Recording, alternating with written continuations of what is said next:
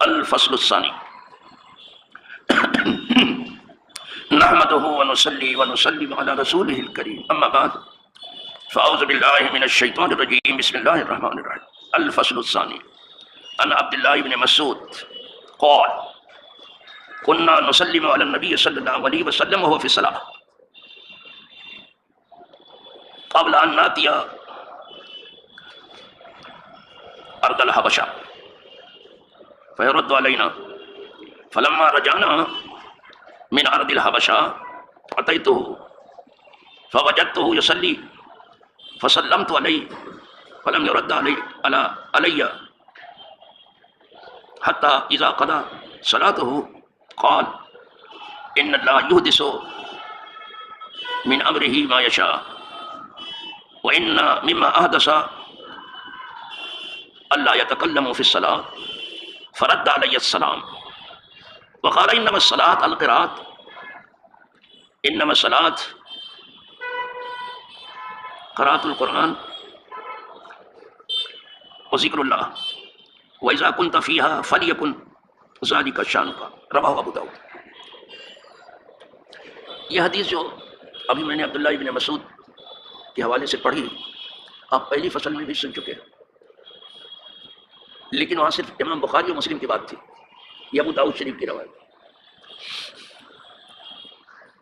تو جب یہ کسی حدیث کو دوبارہ لاتے ہیں تو اس کا مطلب ہے کچھ باتیں اس میں زیادہ ہیں، ورنہ دہرانے کی کوئی ضرورت نہیں ہے. اور وہ ایسی باتیں ہیں کہ بندوں کو جاننا ضروری ہے کہ وہ کیا ہے، ضرورت دیکھ کے تب یہ لاتے ہیں. تو ابو داؤد شریف کی روایت ہے، یہ بھی سیاست میں ہے، روایت تو نہیں عبداللہ ابن مسعود سے، لیکن اس میں جو زیادہ باتیں ہیں ابھی دیکھیں گے وہ کیا ہے. عبداللہ ابن مسعود کہتے ہیں کہ ہم سلام کرتے تھے نبی کریم صلی اللہ علیہ وسلم اس حال میں کہ آپ نماز میں ہوتے تھے، ہم نماز میں آپ کو سلام کرتے تھے، یعنی باہر سے.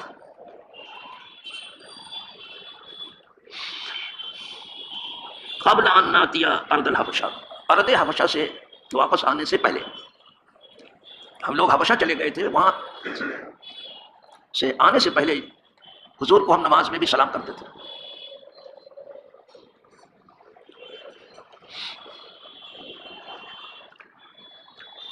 تو حضور ہمیں سلام کا جواب دیتے تھے. اب یہ قولاً حضور دیتے تھے یا فعلاً حضور دیتے تھے، اس کا کوئی تذکرہ نہیں، لیکن آگے آنے والی حدیث اس کو بھی کھولے گی، جو اس کے بعد آنے والی حدیث اس چیز کو بھی کھولے گی وہ کیسا جواب دیتے تھے. یہاں اس کا تذکرہ نہیں، تو آپ بس یہ کہ حضور ہمیں اس کا جواب دیتے تھے نماز میں ہی. سلام تو آج بھی ہم لوگ کرتے ہیں، وہ تو نماز کے اندر کرتے ہیں، السلام علیکم یا نبی، لیکن پہلے باہر بھی وہ باہر رہ کے بھی سلام کرتے تھے اور حضور اس کا جواب دیتے تھے. آگے آنے والی حدیث میں ہے کہ اشارے سے جواب دیتے تھے، ہتھیلی سے، جیسے یوں کر دینا یا انگلی کے اشارے سے، بعض میں ہے سر کے اشارے سے، وہ آگے آ رہا ہے. لیکن جب ہم لوگ ارض حبشہ سے واپس آئے اور سلام کیا تو ہم کو ہمارے سلام کا جواب حضور نے نہیں دیا. کہتے ہیں فلما رجعنا من ارض الحبشہ، جب ہم لوگ زمین حبشہ سے واپس آئے تو میں نے آیا آپ کو نماز پڑھتے ہوئے، جب وہاں سے آئے دیکھا کہ حضور نماز پڑھ رہے ہیں تو ہم نے سلام کر لیا جیسے پہلے کرتے تھے. فسلمت علیہ، تو ہم نے آپ کو سلام کر لیا. فلم یرد علیہ، لیکن اب حضور نے ہمارے سلام کا جواب نہیں دیا. حضور نماز میں تھے، ہم باہر سے سلام کر رہے تھے، یہاں تک کہ جب حضور نے اپنی نماز پوری کر لی، فلما قضا صلاتہ، حضور نے جب اپنی نماز پوری کر لی، قال، تب خود ہی ارشاد فرمایا، ان کو پوچھنے کی ضرورت نہیں پڑی. کہتے ہیں نماز جب حضور نے پوری کر لی تو فرمایا ان اللہ یحدث من امرہ ما یشاء، اللہ پاک اپنے نئے احکام جو چاہتا ہے اتارتا ہے. احکام دھیرے دھیرے اترتے رہے، ایک ساتھ نہیں اترے. یہ بات تو آپ کو اچھی طرح معلوم ہو کہ قرآن کو اترنے میں 23 برس لگے، اور قدرت چاہتی تھی ایک ساتھ اتار دیتے، جیسے اور کتابیں اتری ہیں سب ایک ساتھ اتری ہیں، لیکن ہماری کتاب جو ہے 23 سال میں اتری ہے، دھیرے دھیرے احکام اترتے رہے. ایک ساتھ نہیں ہوتے رہے۔ یہاں بھی معاملہ سب سے ہٹ گیا ہے۔ وہ اس لیے تھا کہ لوگوں کو یاد کرنے میں اور سمجھنے میں اور عمل کرنے میں آسانی ہے۔ قدرت چاہتی تھی کہ اس پر عمل ہو، اسی لیے حدیث پاک میں ہے کہ بعض صحابہ دور سے آتے تھے، وہ کہتے تھے حضور 3 حدیثیں ہمیں ارشاد فرما دو، اور پھر چلے جاتے، 3 حدیث سنتے تھے۔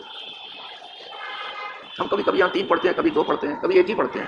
اسی لیے ہے کہ آپ سن لیں، سمجھ لیں، اور پھر اپنے مولا سے مدد مانگیں کہ اللہ ہمیں اس پر عمل کی توفیق دیتے ہیں۔ تو وہ 3 حدیثوں کو سن کے جاتے، یاد رکھتے، اس پر عمل کرتے، جو کر لیتے تو پھر آتے، پھر 3 سیکھ لیتے، ایسا کرتے۔ تو حضور نے فرمایا کہ اللہ پاک اپنے نئے احکام جیسا چاہتا ہے اتارتا رہتا ہے۔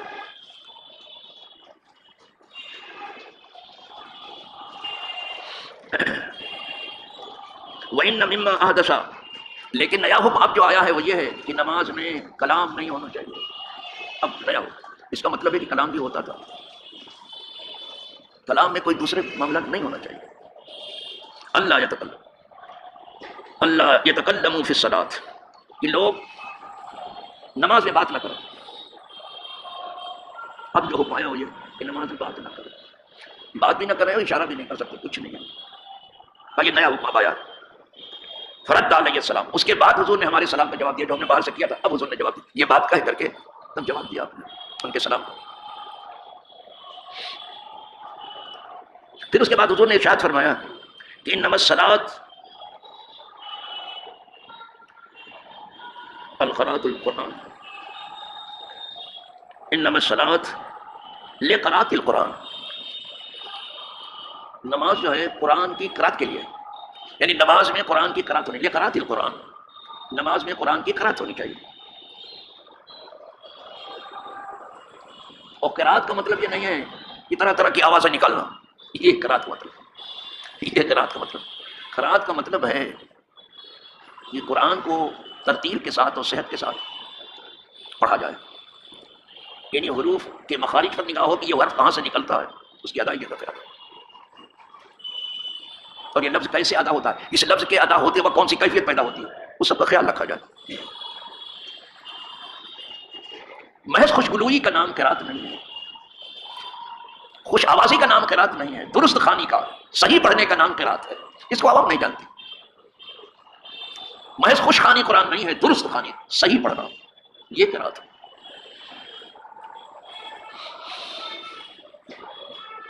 تو ایک تو نماز جو ہے قرات قرآن ہے، اچھی طرح سے اس کو پڑھا جائے، ٹھہر ٹھہر کے پڑھا جائے۔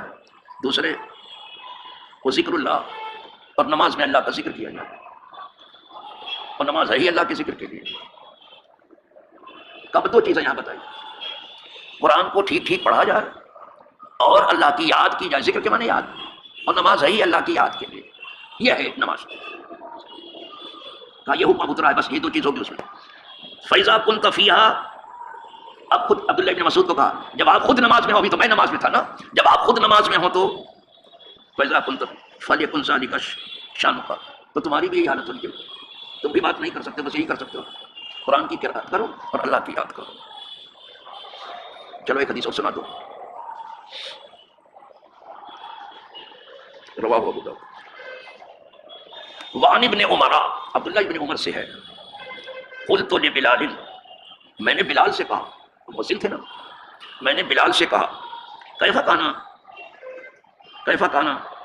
نبی صلی اللہ علیہ وسلم رد علیہم، کہ حضور انہیں سلام کا جواب کیسے دیتے تھے، وہ جو بات کر رہا تھا وہی آئی، حضور انہیں سلام کا جواب کیسے دیتے تھے نماز کے اندر۔ تو بلال سے زیادہ کون بتائے گا، وہ تو مؤذن ہے، کہا یہ حضور کا جواب کیسے ہوتا تھا بتاؤ تو ذرا۔ حین کانوا یسلمون علیہ، جبکہ لوگ حضور کو نماز کے اندر سلام کرتے تھے تو حضور کا جواب کیسے ہوتا تھا، ذرا بتاؤ تو۔ یہ عبداللہ ابن عمر رضی اللہ تعالیٰ عنہ پوچھ رہے ہیں حضرت بلال سے۔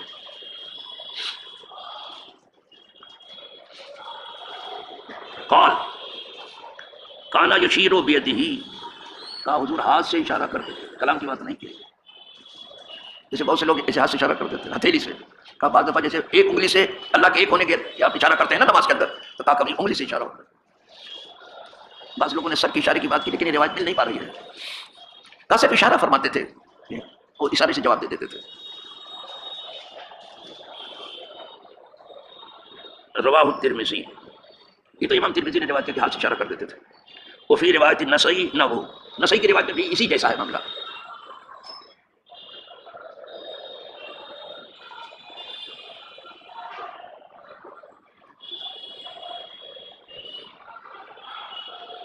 اور پیش کیا بلال نے صہیب کو کہ بھائی کیا میں ٹھیک ہی کہہ رہا ہوں نا؟ ہاں ٹھیک ہے. یہ جو جواب ہوتا تھا اشارے سے ہوتا تھا، لیکن وہ سب بھی منع ہو گیا. دھیرے دھیرے احکام اترتے رہے اور دھیرے دھیرے احکام جو ہے منسوخ ہوتے گئے کہ اب یہ نہیں ہوگا یہ ہوگا. جیسے جیسے لوگ مضبوط ہوتے گئے احکام منسوخ ہوتے گئے. آئی بات، ایک راستے پر نہیں رہے. پہلے بہت آسانیاں تھیں، لیکن جیسے جیسے لوگوں میں دین میں مضبوطی آئی احکام منسوخ ہوتے گئے. اور یہی مشکل ہوتا ہے کہ اس میں کون سا حکم ایسا ہے جو ناسخ ہے، کون سا ہے جو منسوخ ہے. اب ظاہر ہے کہ جو ناسخ ہوتا ہے بعد والا ہوتا ہے، منسوخ پہلے والا ہوتا ہے. تو اس میں پہلے اور پیچھے جاننا ضروری ہے کہ کون پہلے ہے کون پیچھے ہے. یہ کتابیں مشکل سے بتاتی ہیں. اس میں بہت ڈوبنے کی ضرورت ہے، بہت غوطہ سنی کی ضرورت ہے، بہت چاقو دستی کی ضرورت ہے، بہت ہوشیاری کی ضرورت ہے، تب جا کر کے اس میں تعصب وغیرہ کے لیے کوئی گنجائش نہیں ہے.